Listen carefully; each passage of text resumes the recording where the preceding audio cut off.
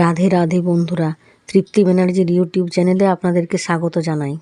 এই হচ্ছে আজকের ব্রেকফাস্ট: মুড়ি, শসা, চপ আর দুধ চা। ভাত বসিয়ে দিয়েছি। আজকে লাঞ্চে থাকছে মসুর ডাল। মসুর ডাল হয়ে গেল। শুকনো লঙ্কা, জিরে, নুন দিয়ে আলু পোস্ত।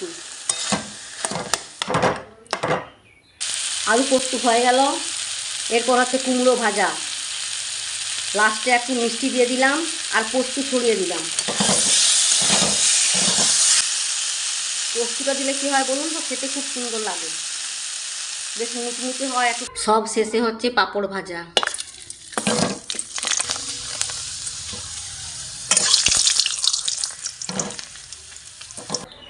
আমার বৃহস্পতিবারের নিরামিষ লাঞ্চ কমপ্লিট। আজকে লাঞ্চে আছে ভাত, পাঁপড় ভাজা,